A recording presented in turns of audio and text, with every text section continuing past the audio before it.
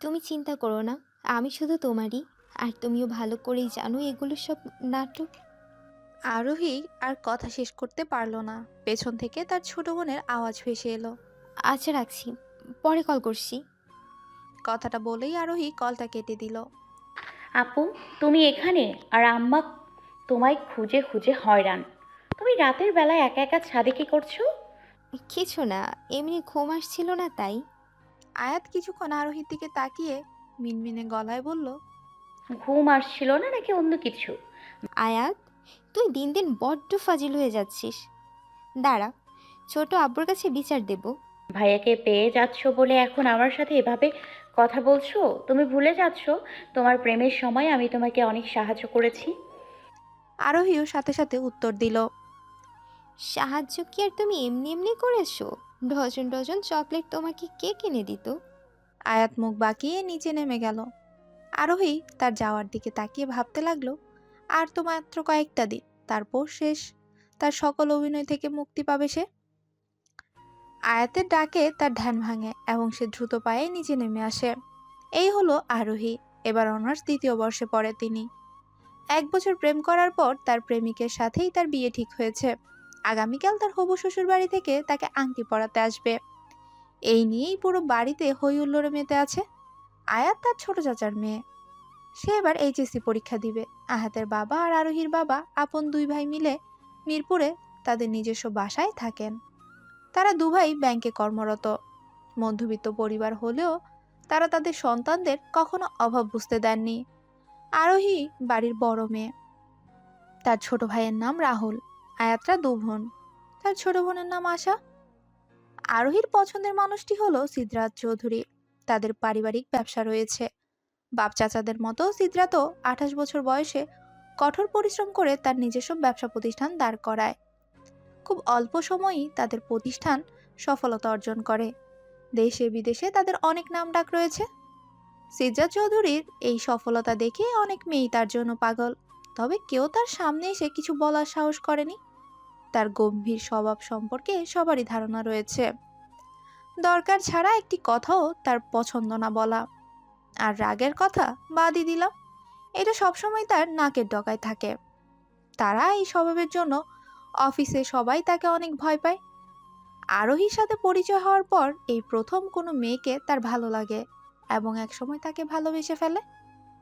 আরোহীর বাবা আনোয়ার আহমেদ প্রথমে বিয়েতে রাজি হতে চাননি, কারণ আরোহী যাকে পছন্দ করত তার অনেক বড়লোক ছিল। তিনি মনে করতেন বড়লোক মানেই টাকার অহংকার। তারা কখনো তাদের মধ্যবিত্ত পরিবারের মেয়েকে তাদের ঘরের বউ করে নিয়ে যাবেন না।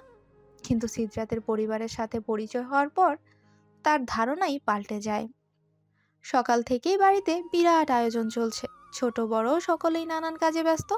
এদিকে আরোহী চুপচাপ এক কোনায় বসে আছে। আয়াত অনেকক্ষণ যাবৎ তাকে খেয়াল করছে। আজকাল আরোহীকে অনেক চিন্তিত দেখায়। সে আরোহীর পাশে গিয়ে বসলো। আরোহীর এতেও কোনো হেলদোল নেই। এবার আয়াত আরোহীর হাত ধরলো। আরোহী চমকে গেল। আপু, তোমার কি কিছু হয়েছে? না মানে আজকাল তোমাকে অনেক চিন্তিত দেখায়।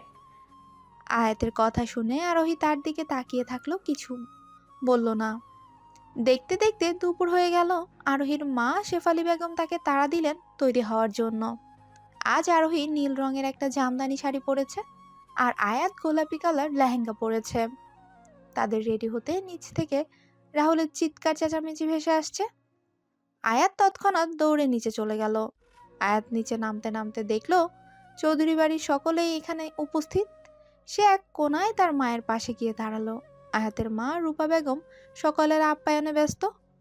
সামনের সোফায় সিদ্ধার্থ চৌধুরী, বাবা সজীব চৌধুরী এবং তার বড় ভাই মজিদ চৌধুরী বসে আছেন। আর তাদের মাঝখানে বসে আছে প্রান্ত নামের 3 বছরের একটা বাচ্চা।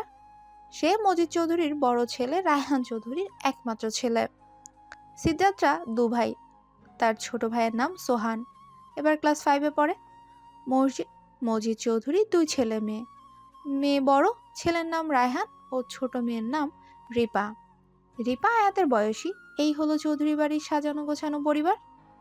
ড্রয়িং রুম জুড়ে চলছে নানা ধরনের কথা। হঠাৎ সিদ্ধার্থের আম্মু রুবিনা চৌধুরী আয়াতকে ইশারায় তার কাছে ডাকলেন। আয়াত তার মায়ের আঁচল থেকে বের হয়ে রুবিনা চৌধুরীর কাছে গিয়ে তাকে সালাম জানালেন। রুবিনা বেগম মিষ্টি হেসে তার সালামের জবাব দিলেন। মাশাল্লাহ। ভাবি, এ মনে হয় আরোহীর বোন আয়াত।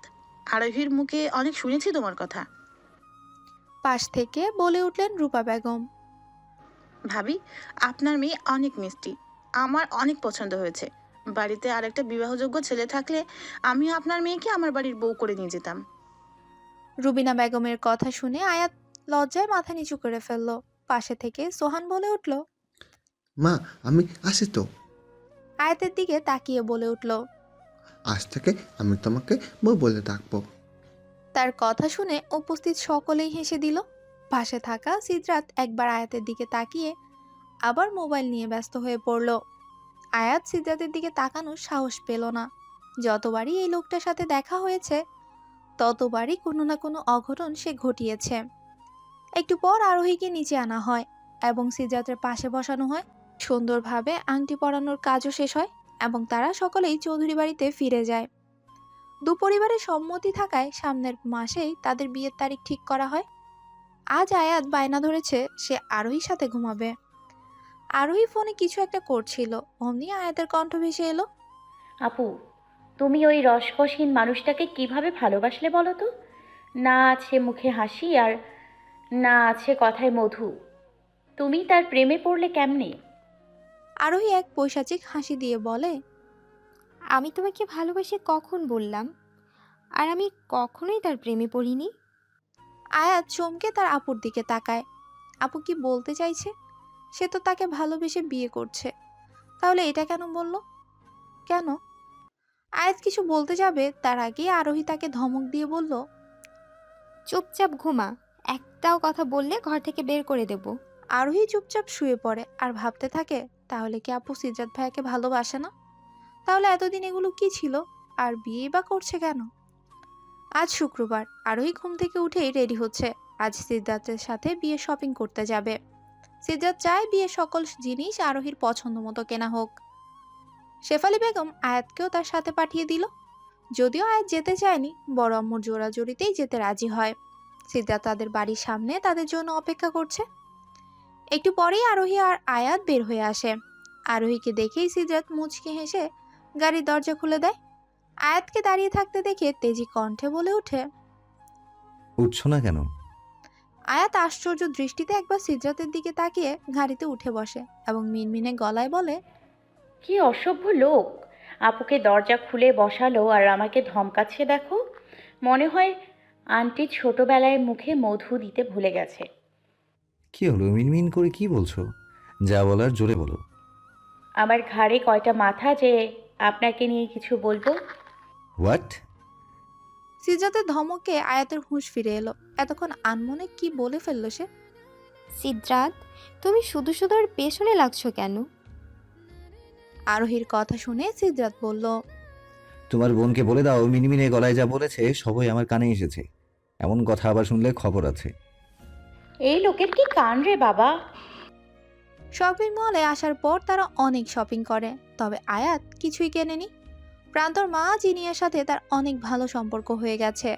জিনিয়া আয়াতকে এটা ওটা কিনে দিয়েছে। সোহান থেকে বইয়ের ডাক শুনতে শুনতে সে পাগল প্রায়। শপিং শেষে খাওয়া দাওয়া করে তারা বাড়ি ফিরে আসে।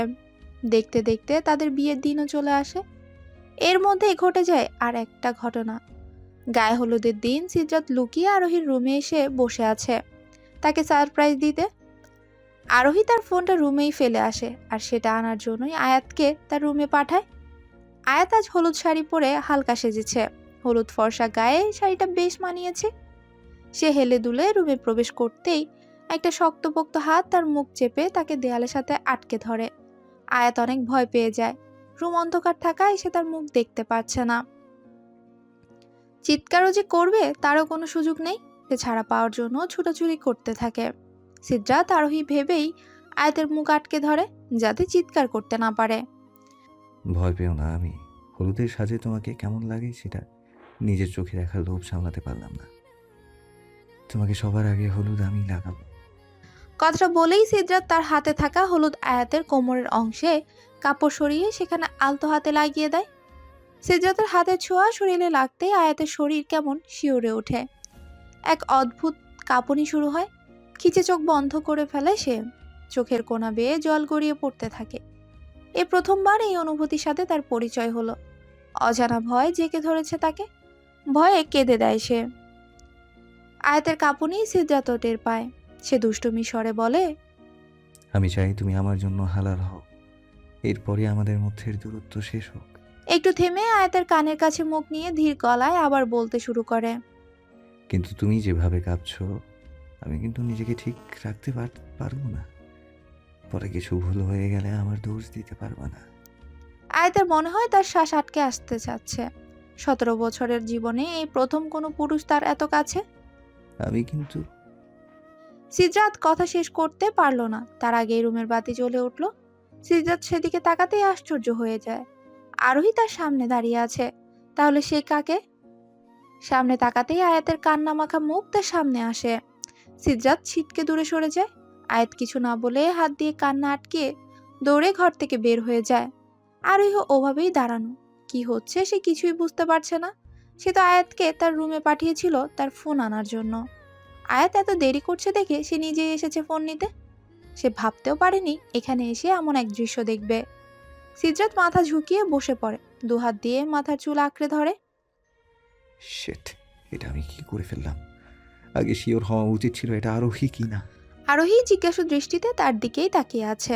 সিদ্ধার্থ তার দিকে তাকিয়ে বলে ওঠে, এভাবে তাকানোর কিছু হয়নি। আমি ভেবেছিলাম ওটা তুমি।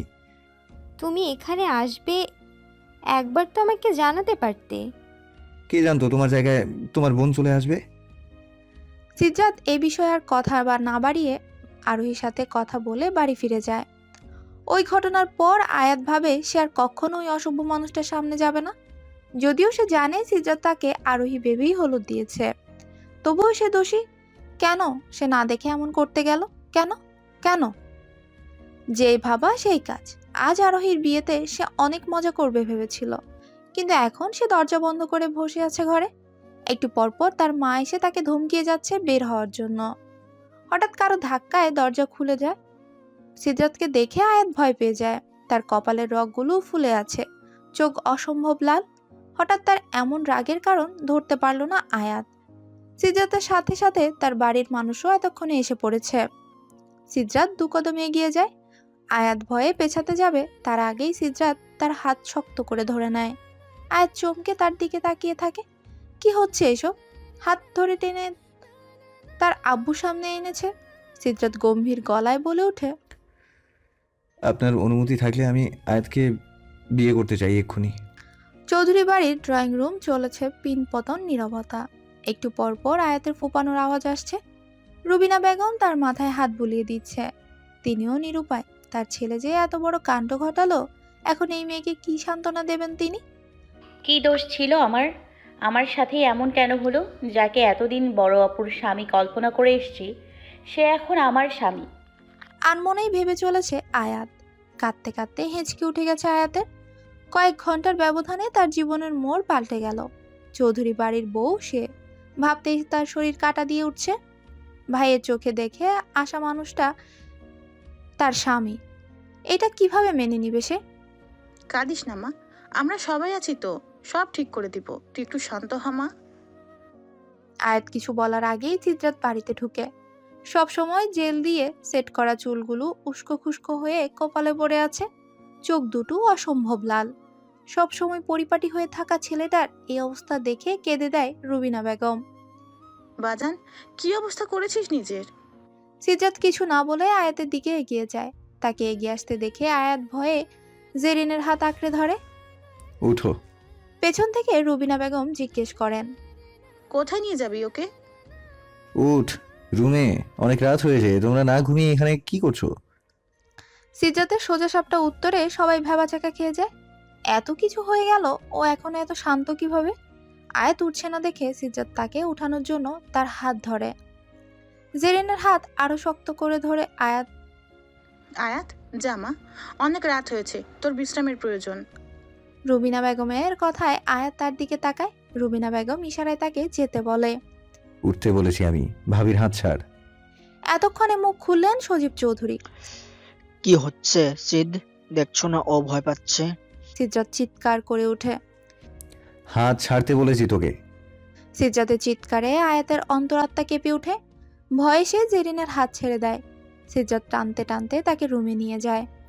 চৌধুরী বাড়ির সকলেই চিন্তায় পড়ে যায়। জেরিন বলে ওঠে, ভাইয়াই যেভাবে রেগে আছে, আয়াতকে যদি আঘাত করে। না জেনে বুঝে আয়াতকে আঘাতও কখনো করবে না। রায়হানের কথা শুনে সবাই সিজ্জাতের রুমের দিকে একবার তাকিয়ে যে যার ঘরে চলে যায়। সিজ্জাত টেনে এনে আয়াতকে বিছানায় ছুঁড়ে মারে। বিভিন্ন ধরনের ফুল আর মোমবাতি দিয়ে পুরো ঘর সাজানো। সিজ্জাত সব ফুল ছিঁড়ে ফেলে, চিৎকার করে বলতে থাকে, কি ভেবেছিল তোর বোন আমার সাথে গেম খেলবে? ভালোবেসেছি বলে এখন পর্যন্ত বেঁচে আছে, না হলে আজকেই খুঁজে এনে পুঁতে দিতাম। আয়াত ভেজা চোখে একবার তার দিকে তাকায়। রক্তবর্ণ চোখে তাকিয়ে তার ভয় আরো বেড়ে যায়। দ্রুত চোখ নামিয়ে নেয়। আয়াত একটু সাহস সঞ্চয় করে বলতে থাকে, আপু আপনাকে ছেড়ে চলে গেছে, আপনি আমায় কেন শাস্তি দিচ্ছেন? আমি কি করে? কথা শেষ করতে পারলো না আয়াত। সিজ্জাত তার চুলের মুঠি ধরে তার ঠোঁটে ঠোঁট মিশিয়ে দেয়। কি হচ্ছে তার সাথে বুঝতে কিছুক্ষণ সময় লাগলো। যখনই বুঝতে পারলো, ছুটার জন্য সিজ্জাতের বুকে ধাক্কা মারতে লাগলো। সিজ্জাতকে সে এক চুলও নড়াতে পারলো না। কিছুক্ষণ ছোটাছুটির পর ক্লান্ত হয়ে এসে থেমে যায়। সিজ্জাত তাকে ছেড়ে দিয়ে ঠোঁট মুছতে মুছতে আয়াতের দিকে তাকিয়ে দেখে আয়াত নিচের দিকে তাকিয়ে জোরে জোরে শ্বাস ফেলছে। কি হলো, এতটুকুতে এই অবস্থা? কেবল তো শুরু, এখনো অনেক কাজ বাকি। কথাটা বলেই বাঁকা হাসি দিয়ে আয়াতের দিকে আগাতে থাকে। আয়াত ভয়ে পেছাতে থাকে। দেয়ালে পিঠ ঠেকে যায় তার। কোথায় পালাবি তুই? আমার শিকলে আটকা পড়ে গেছিস। এখন থেকে তোকে সেটাই করতে হবে যেটা আমি চাইবো। সিজ্জাতের নিঃশ্বাস আয়াতের মুখের উপর পড়ে। অজানা আবেশে শরীর শিউরে ওঠে। অসম্ভব কম্পন সৃষ্টি হয় শরীরে। দেখুন, আপনি এমনটা করতে পারেন না। আমি সবই পারি। আপনি না আপুকে ভালোবাস। চুপ। পাশে থাকা ফুলদানিটা ছুঁড়ে মারে ফ্লোরে। সিজ্জাতের আঙুল আয়াতের ঠোঁটে। ঠোঁট কাঁপছে আয়াতের। আমাকে ধোঁকা দিয়ে সে ভালো থাকবে এটা তো আমি হতে দেব না। আর তুই চিনেও কি জানি আমি। সেটাই যেটা সে চিঠিতে লিখে গেছে। আয়াত অবাক দৃষ্টিতে সিজ্জাতের দিকে তাকায়।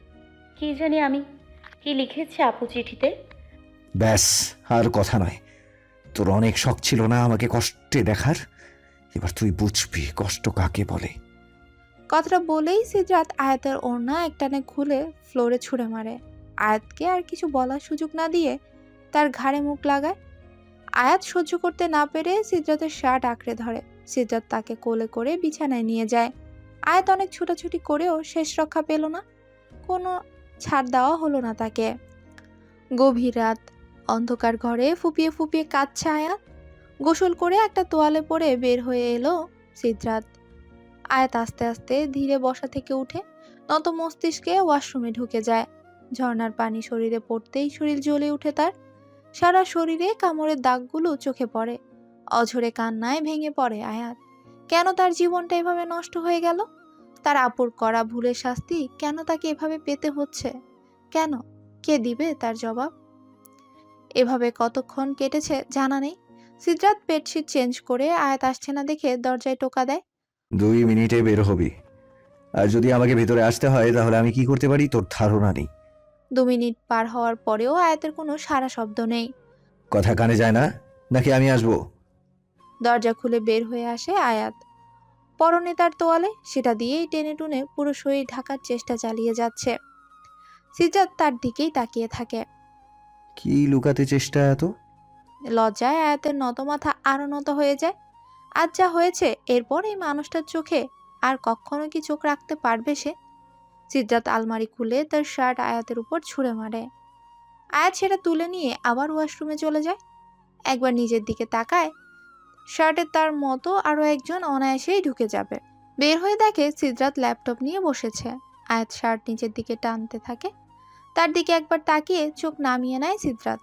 পাশে থেকে বালিশ ছুঁড়ে মারে। আয়াতের মনে হচ্ছে এসবের থেকে মরণ অনেক ভালো। সে চুপচাপ বালিশ নিয়ে সোফায় বসে পড়ে। এখনও সে সমানে হেঁচকি তুলে যাচ্ছে। চুপচাপ ঘুমা, একটা সাউন্ডও যদি কানে আসে। আয়াত ভয়ে চুপ হয়ে যায়। এই শরীরে এখন একটা টোকাও সে সহ্য করতে পারবে না। সকালের আলো চোখে লাগতেই ঘুম ভাঙে আয়াতের। তাকিয়ে দেখে সিদ্ধার্থ ঘরে নেই। ঘড়ির দিকে তাকিয়ে দেখে 9টা বেজে গেছে। এত বেলা হয়ে গেছে। কাল রাতের কথা মনে হতেই নিজের দিকে তাকায় সে। পরনে তার সিদ্ধাতে দেওয়া শার্ট। এটা পরে কি বাইরে যাবে সে? যা পরে এসেছিল সেটা আর পরার অবস্থায় নেই। তার তো আর কোনো জামা কাপড়ও নেই। শরীরে অসহ্য ব্যথা নিয়ে আয়নার সামনে যায় সে। নিজের দিকে এক ধ্যানে তাকিয়ে থাকে। চোখের কোণ বেয়ে জল গড়িয়ে পড়ে তার। আমার চাওয়া কি খুব বেশি ছিল? আর 10টা মেয়ের মতো আমারও ইচ্ছে ছিল সুন্দর একটা জীবনের।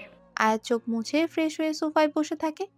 কি করবে সে বুঝতে পারছে না। শরীরের এই দাগগুলো নিয়ে সকলের সামনে দাঁড়াবে কিভাবে? দরজায় আওয়াজ হতেই আয়াত সেদিকে তাকায়। জেরিন এসেছে। উঠেছো তুমি? কাল থেকে না খাওয়া। চলো আমার সাথে কিছু খেয়ে নেবে। জেরিনকে দেখে আয়াত লজ্জায় মাথা নিচু করে নেয়। আমার খিদে নেই ভাবি। জেরিন আয়াতের দিকে তাকাতেই তার চোখ বড় বড় হয়ে যায়। আয়াতের ঘাড়ে গলায় এগুলো কিসের দাগ? তার মানে কি সিদ্রাত? আর ভাবতে পারল না সে। জেরিন আয়াতের সমস্যাগুলো বুঝতে পারে। সে আয়াতের সামনে বসে তার মুখটা উঁচু করে ধরে। চোখ মুখ ফুলিয়ে একদিনে কি অবস্থা করেছো নিজের? এমন করলে তুমি অসুস্থ হয়ে যাবে আয়াত। আয়াত এখনো চুপ। আমি বুঝতে পারছি তুমি এসব মানতে পারছো না। তোমার জায়গায় আমি থাকলে হয়তো আমিও মানতে পারতাম না। কিন্তু এখন কি করার আছে বলো? তুমি তার বউ।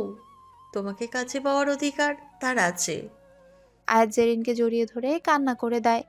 ভাবি, আমি তো এমন সম্পর্ক চাইনি, যাকে আমি ভাইয়ের চোখে দেখেছি। কয়েক ঘন্টার ব্যবধানে স্বামী হিসেবে কিভাবে মেনে নিব? কী দোষ ছিল আমার? কেন উনি আমার সাথে এমন করলেন? সিদ্ধার্থ তোমাকে যেমনটা দেখাচ্ছে ও আসলে এমন নয়। আরোহীকে ভালোবেসে বিয়ে করতে চেয়েছে। ওর ভালোবাসা ওকে এমনভাবে ঠকালো, এটাও মেনে নিতে পারছে না। একটু থেমে বলে, ভাইয়া তোমাকে কেন বিয়ে করলো সেটা আমরা কেউ জানি না।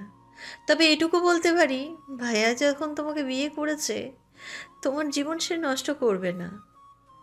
আয়াত জেরিনকে ছেড়ে দিয়ে তার মুখের দিকে তাকিয়ে থাকে। কিন্তু ভাবি, হয়েছে, এখন আর কথা নয়। তুমি চলো তো আমার সাথে, সবাই তোমার জন্য নিচে অপেক্ষা করছে। আয়াতের চোখের পানি মুছে দিয়ে সে বলে, ভাবি আমার খিদে নেই, আমি খাবো না এখন। ছোট আম্মা ভীষণ মন খারাপ করে আছে। অসুস্থ তিনি, ওষুধ খেতে হবে। তোমাকে সাথে নিয়ে যাবে বলে এখনো না খেয়ে বসে আছেন। আয়াত আর কিছু বলতে পারল না। তারও খিদেতে পেট চলছে। আয়াত নিচু স্বরে বলে, আমি এভাবে কিভাবে যাব? তোমাকে সাথে নিয়ে খাবে বলে এখনো না খেয়ে বসে আছে। ঠিকই তো, দেখেছো? আমি খেয়ালই করিনি। আমার জামা তো তোমার লাগবে না। এক কাজ করো, তুমি এখানে বসো, আমি রিপার জামা নিয়ে আসছি। একটু পরেই তোমাকে নিয়ে শপিং মলে যাব। বলেই জেরিন চলে যায়। রিপার কামিজ পরে ওড়না দিয়ে ভালোভাবে শরীর ঢেকে নেয় আয়াত। জেরিনের সাথে আয়াত নিচে নেমে আসে। রুবিনা চৌধুরীর আয়াতকে তার পাশে বসায়। দেখ তো মা, একদিনে নিজের কি অবস্থা করেছিস। আয়াত তার দিকে তাকায়। রুবিনা চৌধুরীর চোখ চিকচিক করছে। মনে হচ্ছে এক্ষুনি পানি গড়িয়ে পড়বে। আন্টি অনেক ভালো মানুষ। ছেলের এমন আচরণে সে এমনিতেই ভেঙে পড়েছে। তাকে আর কষ্ট দেওয়া ঠিক হবে না। তার কপালে যদি এসবই লেখা থাকে তাহলে তাই হোক। মেনে নিবে সে সব কিছু। আয়াত জড়িয়ে ধরে তাকে। কিচ্ছু হয়নি আন্টি, আমি ঠিক আছি। এমন করলে হবে? ঔষধ খেতে হবে না তোমায়? চলো, তোমার সাথে এখনই খাবার খেয়ে ঔষধ খাবে। রবিনা চৌধুরী জমে থাকা চোখের জল এবার গড়িয়ে পড়ল। খাবার টেবিলে খেতে বসেছে সবাই। রুবিনা বেগম আয়াতকে সিদ্ধাতের পাশে বসিয়ে দিলেন। চোখ তুলে তাকাতে পারে না আয়াত। মাথা নিচু করে বসে আছে সে। কাজটা কি তুমি ঠিক করেছো? তারা আজ তোমাদের নিতে আসবে, এটাই নিয়ম। সবাইকে দাওয়াত করা শেষ। এখন বলছো তুমি যাবে না। সব বিষয় তোমার এত খামখেয়ালি মানা যায় না। সজীব চৌধুরীর কথায় খাওয়া থেমে গেল সিদ্রাতের। বাবা, আমি একবার যখন বলেছি আমি যাব না মানে যাব না। আমি তো তোমাকে বলিনি কাউকে দাওয়াত করতে। পরিস্থিতি হাতের বাইরে চলে যাচ্ছে বুঝতে পেরে রায়হান তৎক্ষণাৎ কথা পাল্টে ফেলে। থাক না ছোট আব্বু, ও যখন যেতে চাচ্ছে না তাহলে থাক না। পরে এক সময় আয়াতকে নিয়ে ঘুরে আসবে। না, আমি কখনো ওই বাসায় যাব না আর। কি কথা এসব সিদ? ছোট মানুষ ও, কিভাবে ও এত তাড়াতাড়ি এখানে থাকার অভ্যাস করবে? ইচ্ছে হোক বা না হোক, ওকে এখানেই থাকতে হবে। এই বিষয়ে আর কথা বলতে চাচ্ছি না। সিদ, তোমার কথা মতো সব হবে না।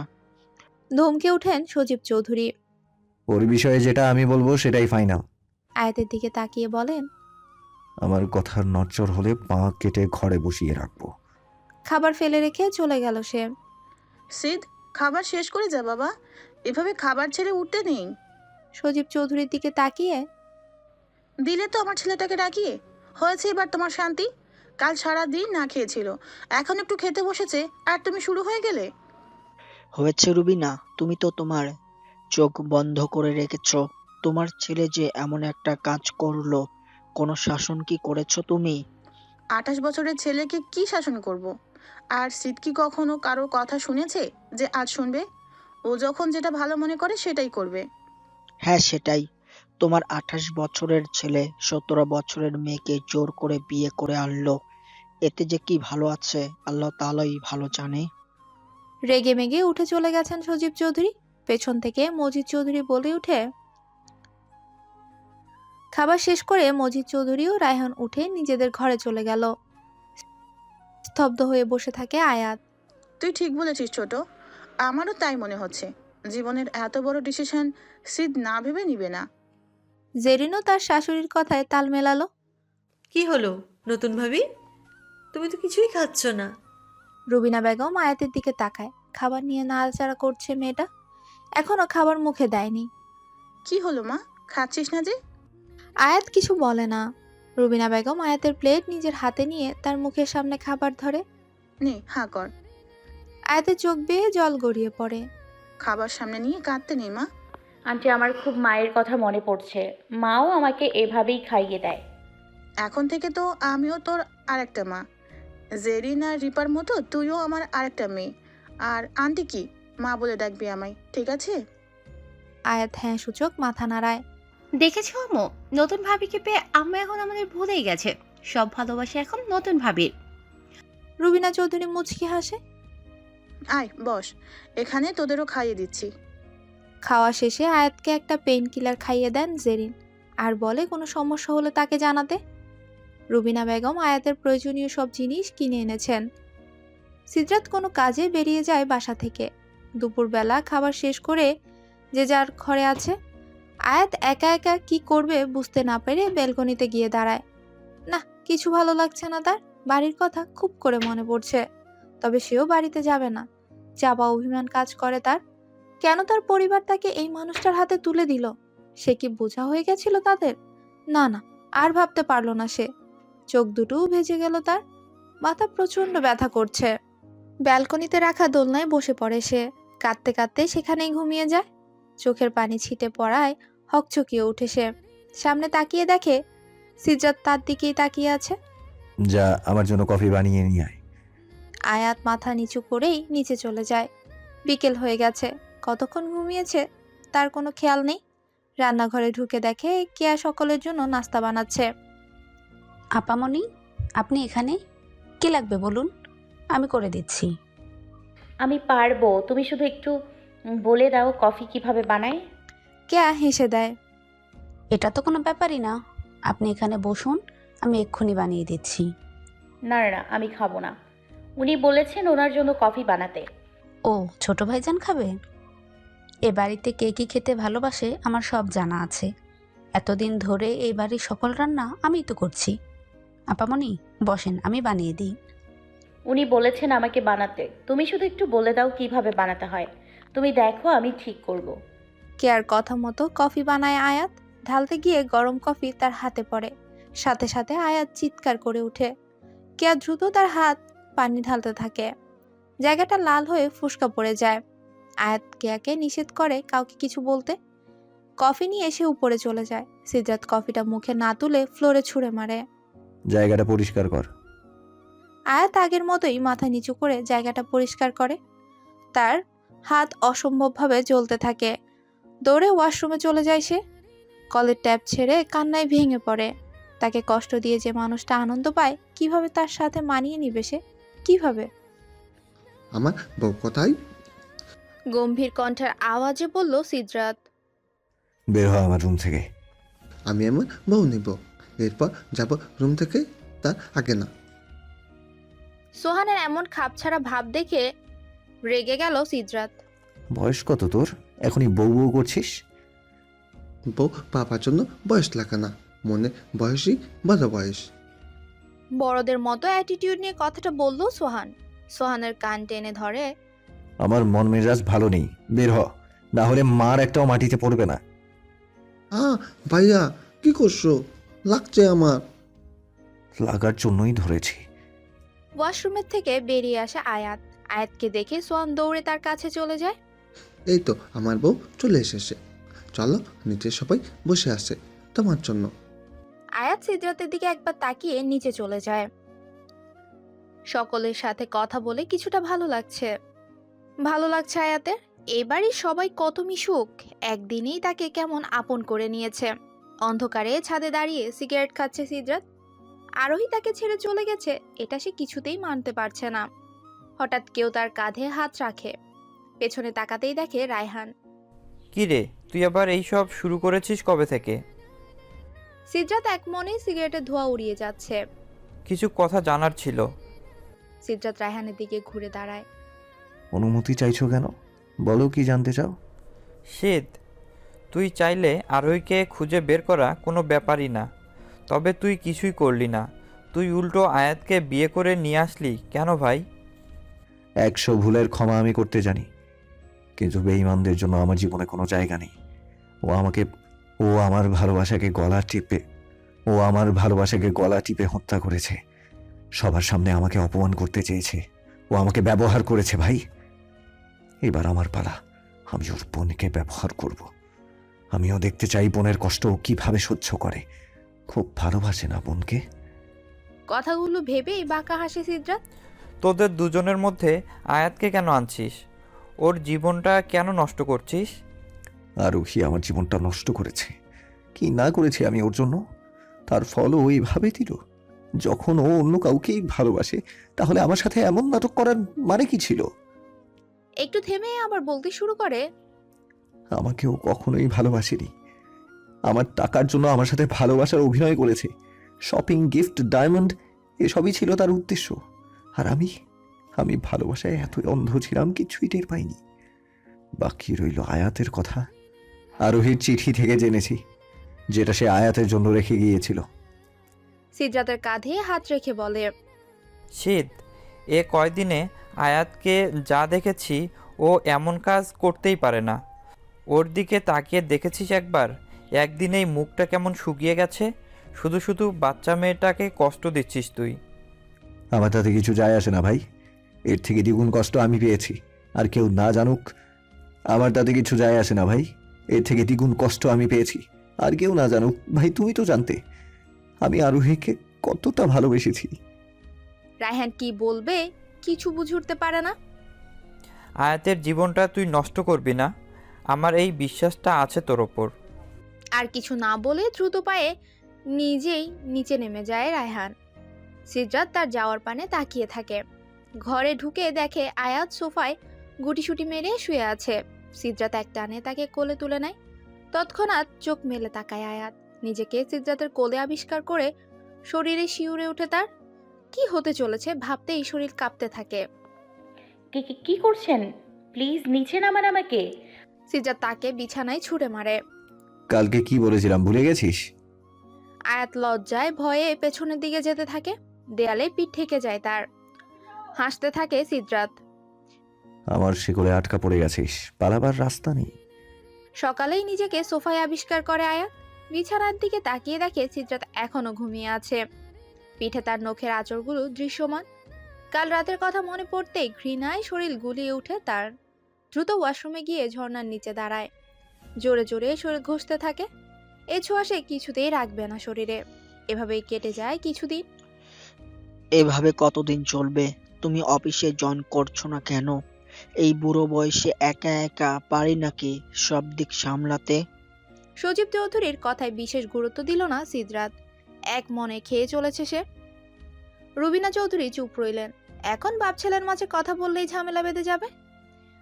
যেমন অবস্থা চুলের তেমন দাড়ির, সারাদিন বারে পড়ে থাকো। বন্ধুরা এসে বাসায় দিয়ে যায়, বড় হয়েছো, নিজের ভুল বুঝতে শিখেছো। এখনো কেন তোমাকে নিয়ে আমাদের চিন্তায় থাকতে হয়? রুবিনা রাত জেগে অসুস্থ শরীর নিয়ে তোমার ফেরার অপেক্ষায় বসে থাকে। এভাবে কতদিন চলবে? বিয়ে করেছো, বউয়ের প্রতি কোনো দায়িত্ব নেই তোমার। বাড়ির সবাইকে চিন্তায় ফেলে রেখে তুমি বাইরে ঘুরে বেড়াচ্ছ। দেবদাস হয়ে গেছো তুমি আরোহীর জন্য। তা আর কথা বলতে পারলেন না তিনি। প্লেট ভাঙার আওয়াজ কানে আসে। দ্বিতীয়বার ওর নাম যেন এই বাড়িতে না শুনি। কথাটা বলেই হনহনিয়ে বেরিয়ে যায় সে। রুবিনা চৌধুরী কান্নায় ভেঙে পড়েন। বড় মা সামলাচ্ছে তাকে। সজিত চৌধুরী দীর্ঘশ্বাস ছেড়ে বলে ওঠেন, আমার ছেলে তো এমন বেপরোয়া কখনো ছিল না। আগে ড্রিঙ্কস ছুঁয়েও দেখতো না, আর এখন এটা হয়ে গেছে তার নিত্যদিনের নেশা। কিভাবে সামলাবো ওকে? মজিদ চৌধুরী ভাইয়ের কাঁধে হাতের ভরসার হাত রাখে। আয়াত দূরে দাঁড়িয়ে ভাবতে থাকে। আপু, তুমি কাজটা ভালো করো নাই। তোমার জন্য আজ সবাই কষ্ট পাচ্ছে। এই মানুষগুলোর তো কোনো দোষ ছিল না। কেন এমন করলে আপু, কেন? সকাল সকাল আয়াত ঘুম থেকে উঠে নিচে চলে যায়। সিদ্রাতের আশেপাশে থাকলেই তার কেমন অস্থির অস্থির লাগে। সারাদিন সবার সাথে থাকলেও রাতে তাকে রুমেই যেতে হয়। শুনতে হয় সিদ্রাতের ধমক আর তিক্ত কথা। এভাবেই চলছে তার জীবন। একে একে সবাই নাস্তা টেবিলে এসে বসেছে। সজীব চৌধুরী আর মজিদ চৌধুরী ব্যবসা সংক্রান্ত কাজ নিয়ে কথা বলছেন। রায়হান প্রান্তকে কোলে নিয়ে বসে আছে। রিপা ঘুম ঘুম চোখে টেবিলে এসে বসেছে। সোহান স্কুলের জন্য রেডি হয়ে এসেছে। রুবিনা চৌধুরী খাবার পরিবেশন করায় ব্যস্ত। রায়হানের মা মিতু চৌধুরী হাতে হাতে তাকে সাহায্য করছেন। ভাইয়া তুমি অফিস যাচ্ছ? সোহানের কথা শুনে সবাই সিঁড়ির দিকে তাকায়। আশ্চর্য দৃষ্টিতে একে অপরের দিকে তাকায়। চুল দাড়ি সেট করে ফর্মাল ড্রেস পরে নিচে নেমে আসে সিদ্রাত। সবার অবাক দৃষ্টি দেখে সিদ্রাত বলে, আমি মনে হয় এই প্রথম অফিসে যাচ্ছি। আর হ্যাঁ, কালকে কে যেন বলেছিল আমি দেবদাস হয়ে গেছি। তাকে বলে দিও আমি ঝড়ে বেঁকে গিয়েছিলাম ঠিকই, তবে আমি সোজা হতেও জানি। আমাকে ভাঙা এত সহজ নয়। সজীব চৌধুরী সবার অগোচরে রায়হানের দিকে তাকিয়ে শয়তানি হাসি দেয়। রায়হান চোখের ইশারায় বোঝান ওষুধ কাজে দিয়েছে। সোহান, তোর বুড়ো বাবাকে বলে দিস এই বয়সে তাকে অফিস যেতে হবে না। তোর ভাই একাই সব সামলে নিবে। সোহান তার বাবার দিকে তাকিয়ে বলে ওঠে, শুনছো বাবা, তোমাকে আর অফিস যেতে হবে না। এখন তোমার বিশ্রামের সময়। তার কথা শুনে উপস্থিত সকলেই মিটিমিটি হাসে। আয়াতও আনমনে হেসে ফেলল। সজীব চৌধুরী লজ্জায় পড়ে যান। এখনো সে দাদা ডাক শুনতে পারলো না, আর তাকে বুড়ো বানিয়ে দিচ্ছে। ছেলেরা আর কি দোষ দিবে? নিজেই তো তাকে কাজে ফেরানোর জন্য এসব বলেছেন। কে জানতো ফাজিল ছেলেটাই এখন সবার সামনে তাকে নিয়ে মজা করবে। খাওয়া দাওয়া করে বাপ ছেলে মিলে অফিসে চলে গেল। চৌধুরী বাড়ির সকলেই আজ খুশি। আয়াত রিপার সাথে গল্প করছে। এই কয়েকদিনে রিপার সাথে অনেক ভালো একটা সম্পর্ক হয়েছে তার। রিপা তার ফ্রেন্ডস কলেজ নিয়ে অনেক গল্প শুনিয়েছে তাকে। সোহানের সাথে সারাদিন মারামারি লেগেই থাকে রিপার। এই যে তারা দুজন এখন ড্রয়িং রুমে মারামারি শুরু করে দিয়েছে, সেটা দেখে মন খুলে হাসছে আয়াত। মেয়েটা একটু বেশি সরল, তাই না ছোট আম্মু? ইবে হ্যাঁ, চঞ্চলও বটে। এত বড় ধাক্কা সামলাতে পারছে না বলেই এত চুপচাপ হয়ে গেছে। তুমি দেখো, সময়ের সাথে সাথে আয়াত আবার আগের মতো হয়ে যাবে। সেটাই ভাবাই আমাকে। ও কি পারবে আমার রাগী ছেলের সাথে মানিয়ে নিতে? নিশ্চয়ই পারবে। আমার কেন জানি মনে হচ্ছে আয়াতই পারবে তোমার তেড়া ছেলেকে সোজা করতে। তাই যেন হয় জেরিন। মেয়েটার জীবনটা নষ্ট হলে আমি নিজেকে কখনোই ক্ষমা করতে পারবো না। মা হিসেবে আমি ব্যর্থ হয়ে যাব। রুবিনা চৌধুরী চোখে পড়ে আয়াতের উপর। এই প্রথম মেয়েটাকে এত খুশি দেখছেন তিনি। জেরিন তার দৃষ্টি অনুসরণ করে আয়াতের দিকে তাকায়। তাকে হাসি খুশি দেখে জেরিনও খুব খুশি হয়। সকলের সাথে হাসি খুশি থাকলেও রুমে এলে শত কষ্টরা জেকে ধরে আয়াতকে। দিন শেষে পারে না সে ভালো থাকতে। সিদ্ধার্থ রুমে এসে দেখে আয়াত বারান্দায় দাঁড়িয়ে আকাশের দিকে তাকিয়ে আছে। সিদ্ধার্থের উপস্থিতি টের পেয়ে রুমে এসে বসে সে। গোসল শেষ করে একটা টাওয়াল পরে বের হয় সিদ্ধার্থ। আয়াত সিদ্ধার্থের দিকে তাকিয়ে চোখ নামিয়ে নেয়। যা কফি নিয়ে আয় আমার জন্য। আয়াত বিনা বাক্যে উঠে চলে গেল। এতদিনে কফি বানানোটা সে শিখে নিয়েছে। সিদ্ধার্থ দিনে 5 থেকে 6 কাপ কফি খায়, আর সেটা তাকেই বানাতে হয়। এটা তাকে কষ্ট দেওয়ার জন্য নাকি অন্য কোনো কারণ আছে তা আজও জানা নেই তা আয়াতের। আজও সিদ্রাত চলে যাবার পর জেরিন আর রিপার সাথে গল্প করেই দিন কাটিয়েছে সে। কাজের চাপ থাকায় আজ বাসায় ফিরতে দেরি হয়েছে সিদ্রাতের। রুমে ঢুকেই ফুপিয়ে কান্নার আওয়াজ পায় সে। দ্রুত লাইট অন করে। আয়াত তার বিছানায় বসে হাঁটুতে মুখ গুজে কাঁদছে। কই, আজ তো তাকে সে এমন কিছুই বলেনি যার জন্য এভাবে কাঁদবে। কি হয়েছে? কোনো জবাব নেই আয়াতের। আগের মতো সে কেঁদে যাচ্ছে। কিছু জিজ্ঞেস করেছি? আয়াত আগের মতোই বসে থাকে। রেগে যায় সিদ্রাত। আয়াতের হাত টেনে ধরতে গিয়ে পাশে চোখ যায়। তার সাদা বেডশিটে লাল রক্তের দাগ স্পষ্ট। ব্যথা পেয়েছিস তুই, না বললে বুঝবো কি করে? আয়াত আর জোরে জোরে কান্না করে দেয়। হেঁচকি তুলতে তুলতে বলে, ভাবিকে একটু ডাক দিয়ে দিন প্লিজ। সিদ্রাত বুঝতে পেরে দ্রুত পায়ে রুম থেকে বের হয়ে যায়। রায়হানের দরজায় নক করে সিদ্রাত ঘুমু ঘুমু চোখে দরজা খুলে দেয় রায়হান। জেনুনে তোর পাশে এসে দাঁড়ায়। কি হয়েছে শীত, তুই এত রাতে? সরি ভাই, এত রাতে তোমাদের ডিস্টার্ব করলাম। আসলে আয়াতের কোনো সমস্যা হচ্ছে, আমাকে বলছে না। সিদ্রাত আর কিছু বলার আগেই জেরিন দৌড়ে সিদ্রাতের রুমে যায়। রায়হান তার যাওয়ার দিকে তাকায়। সিরিয়াস কিছু? আমি কি ডক্টরকে কল করব?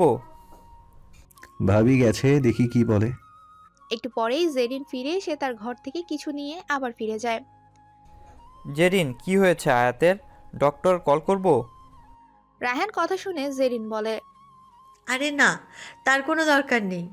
সাধারণ বিষয়, ও ভয় পেয়ে গেছে, এর বেশি কিছু না। সিদ্রাতের দিকে তাকিয়ে বলে, আপাতত আমি ব্যবস্থা করে দিয়েছি। ও তোমার বউ, তোমার এইসবে খেয়াল রাখা উচিত ছিল। সিদ্রাত কিছু বলল না। রুমে ফিরে এলো সে। আয়াত আগের মতোই বসে কাচুমাচু করছে। যা শুয়ে পড়, আর কান্নার আওয়াজ যেন আমার কানে না আসে। এটা তো তোর প্রথমবার নয়। এভাবে কান্না করার কি আছে? আয়াত উঠে যেতে নাই। সিদ্রাত হাত টেনে ধরে। কথার উত্তর না দিয়ে কোথায় যাচ্ছিস? বল, কান্না করেছিস কেন? ভয়। আমার দিকে তাকা। সিদ্রাতের গম্ভীর কণ্ঠে আত্মা কেঁপে উঠে আয়াতের। মাথা আরো নত করে নেয়। প্লিজ যেতে দিন। উত্তর না দিয়ে কোথাও যেতে পারবি না। আমার দিকে তাকিয়ে বল, কিসের ভয় তোর? আয়াত ভালো করেই জানে উত্তর না পাওয়া পর্যন্ত সে কিছুতেই ছাড়বে না। সিদ্রাত এক দৃষ্টিতেই তার দিকে তাকিয়ে আছে। না, ওই চোখে তাকিয়ে থাকতে পারবে না সে। চোখ নামাতে নিলেই সিদ্রাতের গম্ভীর কণ্ঠ শোনা যায়। চোখ নামাবি না? আয়াত ভয়ে ভয়ে বলতে শুরু করে, আসলে আপনার বেডে দাগ লেগে গেছে। আপনি যদি আমাকে মারেন তাই আমি ভয় পেয়ে গিয়েছিলাম। সিদ্রাতের হাসি পায় তার কথা শুনে, তবে সেটা প্রকাশ করে না। এই মেয়েটা তাকে এত ভয় কেন পায় জানা নেই সিদ্রাতের। যা ঘুমা। সিদ্রাত ছেড়ে দেয় তাকে। আয়াত সোফায় গিয়ে শুয়ে পড়ে। সিদ্রাত রাতের খাবার বাইরে থেকে খেয়ে এসেছে। বেডশিট চেঞ্জ করে শুয়ে পড়ে। ক্লান্ত থাকায় দ্রুতই নিদ্রা ভর করে তার চোখে। চৌধুরী বাড়ির ড্রয়িং রুমে বসে আছেন আয়াতের বাবা আজিজ আহমেদ। মেয়েকে দেখার ইচ্ছে দমাতে না পেরেই সকাল সকাল চৌধুরী বাড়িতে হাজির হয়েছেন তিনি। হই হুল্লোড়ে বাড়িটাকে সারাক্ষণ মাতিয়ে রাখতো আয়াত। আয়াতকে ছাড়া তাদের বাড়ি প্রাণহীন হয়ে গেছে। ফোন করে কথা বলবেন তারও কোনো সুযোগ নেই। আয়াতের ফোন বাড়িতেই ফেলে এসেছে সে। চৌধুরী বাড়িতে ফোন করলেও জানিয়ে দেয় মেয়ে কথা বলবে না। তিনিও বুঝতে পারেন মেয়ের অভিমানের কারণ। সেই বা কি করতো, নিরুপায় ছিল যে তখন। এই যে এখন সে মেয়ের অপেক্ষায় বসে আছেন, মেয়ে তার সাথে দেখা করতে নারাজ। রুবিনা চৌধুরী এক প্রকার জোর করে আয়াতকে নিচে নিয়ে আসলো। বাবার পাশে বসে আছে আয়াত। একবার চোখ তুলে তাকায়নি পর্যন্ত। মেয়ের এমন গম্ভীর ভাব দেখে আজিজ আহমেদের বুকটা ছ্যাদ করে ওঠে। অপরাধবোধ জাগ্রত হয় তার মাঝে। এই কি অবস্থা তার? তার হাসি খুশি চঞ্চল মেয়েটা এ কদিনে কেমন গম্ভীর রূপ ধারণ করেছে। আয়াতের মাথায় হাত রেখে নরম সুরে বলে ওঠেন তিনি, কেমন আছিস মা? মেয়ের সোজা সাপটা উত্তরে অপরাধবোধ আরো বেড়ে যায় তার। সজীব চৌধুরীর দিকে তাকিয়ে বলেন, ভাই, আপনি অনুমতি দিলে মেয়েটাকে কিছুদিনের জন্য বাড়ি নিয়ে যেতাম। সবাই ওর অপেক্ষা বসে আছে। সরি আঙ্কেল, ও এখন কোথাও যাবে না। সবার চোখ যায় সিঁড়ির দিকে। হাত ঘড়ি পড়তে পড়তে নিচে নামছে সিদ্রাত। এটা কেমন অসভ্যতা সিদ। উনি মেয়েকে নিতে এসেছেন। আয়াত যাক, কিছুদিন ঘুরে আসুক, ওর মনটাও ভালো হয়ে যাবে। ও কোথাও যাবে না, ব্যাস। কাউকে কিছু বলার সুযোগ না দিয়েই হন হন করে বেরিয়ে যান সিদ্ধার্থ। ছেলের উগ্র স্বভাবে হয়রান সজীব চৌধুরী। তিনি কিছু বলার আগেই আয়াতের কণ্ঠস্বর শোনা গেল। আমি কোথাও যেতে চাই না বাবা। কথাটা বলেই উঠে চলে গেল আয়াত। আজিজ চৌধুরী মেয়ের যাওয়ার পানে তাকিয়ে একটা দীর্ঘশ্বাস ছাড়লেন। রবিনা চৌধুরী নিম্ন কণ্ঠে বললেন, কিছু মনে করবেন না ভাইজান, সব কিছু তো আপনি জানেনই। ওদেরকে একটু সময় দিন, সব ঠিক হয়ে যাবে। আজিজ আহমেদ হাসি খুশি মুখ নিয়েই বললেন। না আপা, আমি কিছু মনে করিনি। অনুনয়ের স্বরে বললেন, আয়াতকে দেখে রাখবেন আপা। ভাইজান, আপনি কোনো চিন্তা করবেন না, আমরা সবাই আছি তো। আয়াত এখানে ভালো থাকবে। আজিজ আহমেদের মেয়ের রুমের দিকে একবার তাকিয়ে সকলের থেকে বিদায় নিয়ে চলে গেলেন। আড়াল থেকে সব শুনে কান্নায় ভেঙে পড়ে আয়াত। আব্বু, তুমি কেন আমাকে নিয়ে গেলে না? আমি পারছি না এসব মেনে নিতে। আয়াতের মন খারাপ বুঝতে পেরে রিপা তাকে একা ছাড়লো না সারাদিন, তার সাথে সাথেই থাকলো। কাজের চাপ বেশি থাকায় মাঝরাত পর্যন্ত কাজ করতে হচ্ছে সিদ্ধার্থকে। ল্যাপটপ রেখে ঘুমাতে যাবে এমন সময় চোখ পড়ে ঘুমন্ত আয়াতের দিকে। সোফায় গুটিসুটি মেরে শুয়ে আছে আয়াত। সিদ্ধার্থ ধীরে ধীরে তার দিকে এগিয়ে যায়, হাঁটু গেড়ে বসে আয়াতের সামনে। মুখে আসা অগোছালো চুলগুলোকে আলতো হাতে কানে গুজে দেয়। চোখ দুটো ফুলে আছে। আজকে কি একটু বেশি কান্না করেছে মেয়েটা? আনমনেই ভাবে সিদ্ধার্থ। তার চোখ পড়ে ঠোঁটের ডান পাশে থাকা তিলটার উপর। হাত বোলাতে থাকে তিলটার উপর। আরো একটু নিচু হয়ে অধর ছোঁয়ায় সেখানে। ঘুমের ঘোরে হালকা কেঁপে ওঠে আয়াত। সিদ্ধার্থ তাকে ছেড়ে দূরে সরে আসে। আজ ছুটির দিন, বেলা করেই ঘুম থেকে উঠেছে সিদ্ধার্থ। আজ ছুটির দিন, বেলা করেই সিদ্ধার্থ ঘুম থেকে উঠেছে। ফ্রেশ হয়ে ব্যালকনিতে দাঁড়ায়। শরৎকাল হলেও হুটহাট আকাশ কালো করে বৃষ্টি নেমে আসে ধরণীতে।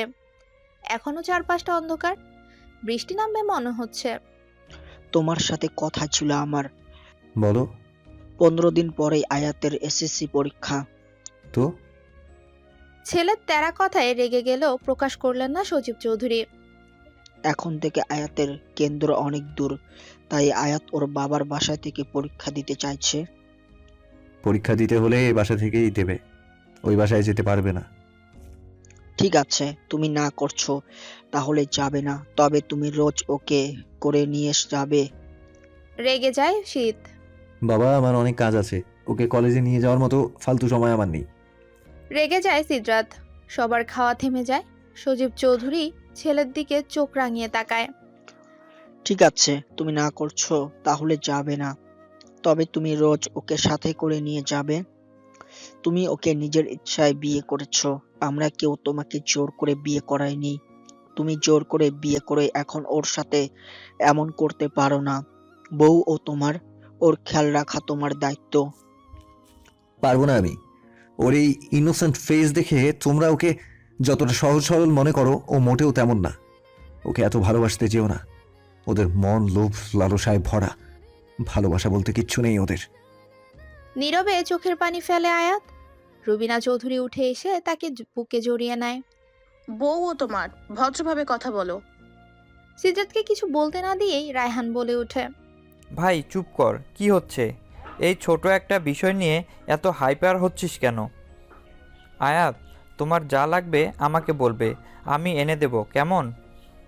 ওর খরচের কথা উঠছে না রায়হান। ওকে বিয়ে করে এনে এমন কষ্ট দেওয়ার মানে কি? আমরা চুপ করে আছি তার মানে এই না যে আমরা কিছু বলবো না। মেয়েটার মুখের দিকে তাকানো চায় না। তোরও তো বোন আছে, রিপার সাথে এমন করলে কি পারতো মেনে নিতে? ছোট আব্বু, তুমি শান্ত হও, আমি কথা বলবো ওর সাথে। ওকে বলে দিস আমি এসব আর মেনে নেব না। রায়হান সিদ্ধার্থকে টেনে উপরে নিয়ে যায়। তুই যদি আরোহীকে ভালোবাসিস তাহলে কেন আয়াতের সাথে নিজেকে জড়ালি? আশ্চর্য দৃষ্টিতে তাকায় সিদ্ধার্থ। তুমি কি বলছো এসব ভাই? আরোহীর জন্য ভালোবাসা আমার ওই দিনই মরে গেছে। ঘৃণা ছাড়া ওর জন্য আমার মনে কিছুই নেই। আমার ভালোবাসা আমি কন্ট্রোল করতে জানি। বড় বড় পা ফেলে চলে যায় সিদ্ধার্থ। রায়হান তার যাওয়ার দিকে তাকিয়ে ভাবনায় পড়ে যায়। কাকে কি বোঝাবে সে? এদের যে কি হবে আল্লাহ তাআলাই ভালো জানেন। সজীব চৌধুরী না খেয়েই চলে যায় ঘরে। রুবিনা চৌধুরীর প্রেশার বেড়ে গেছে। সজীব চৌধুরী না খেয়েই চলে যায় ঘরে। রুবিনা চৌধুরীর প্রেশার বেড়ে গেছে। মিতু চৌধুরী ঘরে নিয়ে গেছেন তাকে। তার জন্য আজ এই অবস্থা। নিজেকে অপরাধী মনে হচ্ছে আয়াতের। রুবিনা চৌধুরীর রুমের দরজার সামনে দাঁড়িয়ে আছে আয়াত। তোমাকে বড় বোন হিসেবে একটা কথা বলবো, রাখবে? এভাবে বলছো কেন ভাবি? কি কথা বলো, আমি রাখবো। এতদিন আমাদের সাথে থেকে এটা অন্তত বুঝেছো, এবারই সবাই তোমাকে ভালোবাসে। আমরা সবাই তোমার ভালো চাই। ছোট মা আগে থেকেই অসুস্থ, এখন তোমার কথা ভেবে ভেবে আরও অসুস্থ হয়ে যাচ্ছে। ভাইয়ার সাথে ছোট আব্বু রাগারাগি করেছেন, যা আগে কখনো দেখিনি আমি। এমন চলতে থাকলে এই সংসারে ঝড় নেমে আসবে। আয়াতের হাত ধরে। শীত ভাইয়া তোমাকে বিয়ে করেছে, দূরে তুমি কখনোই পালাতে পারবে না। শীত ভাইয়া তোমাকে বিয়ে করেছে, তার থেকে দূরে তুমি কখনোই পালাতে পারবে না। তাই বলবো তুমি সম্পর্কটা মেনে নাও। জানি এটা তোমার জন্য সহজ নয়, তবে চেষ্টা করতে দোষের কি? তবে এটা বলতে পারি, ঠকবে না তুমি। আয়াতের চোখের কোণা বেয়ে জল গড়িয়ে পড়ে। যদি সবাই এতে ভালো থাকে তবে তাই হবে। আমার দিক থেকে আমি পুরো চেষ্টা করব মানিয়ে নেবার। মা, আয়াত কোথায়? কেন ঘরে যায়নি?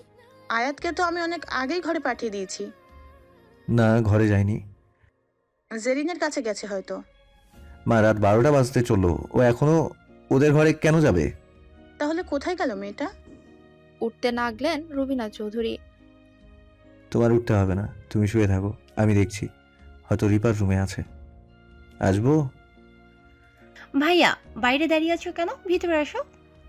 আয়াত রুমে নেই, ও কি তোর রুমে এসেছে? হ্যাঁ ভাইয়া, আমার রুমেই ছিল। আধা ঘন্টা হবে চলে গেল। বললো ভালো লাগছে না, ঘুমোবে। ওকে, এখনো ঘুমাসনি কেন? সামনে পরীক্ষা ভাইয়া, তাই পড়তেছিলাম। ঠিক আছে, পড়। নিজের রুমে ফিরে আসে সিদ্রাত। এত রাতে কোথায় গেল মেয়েটা? ছাদে যায়নি তো আবার? ছাদের উদ্দেশ্যে রওনা দিল সিদ্রাত। এক মনে আকাশের দিকে তাকিয়ে আছে আয়াত। জ্যোৎস্না রাত হলেও তার মনটা কালো চাদরে ঢাকা। বিড়বিড় করে কি যেন বলছে আয়াত। সিদ্রাত একটু কাছে গিয়ে শোনার চেষ্টা করে। আপু দেখো, তোমার কথাই সত্যি হলো।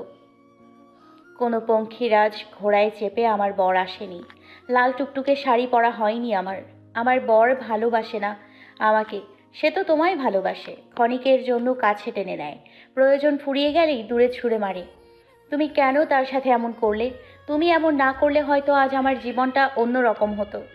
জানো আপু, কাউকে কিছু বলতে পারি না। মাঝে মাঝে তো মনে হয় দম আটকে মারা যাব আমি।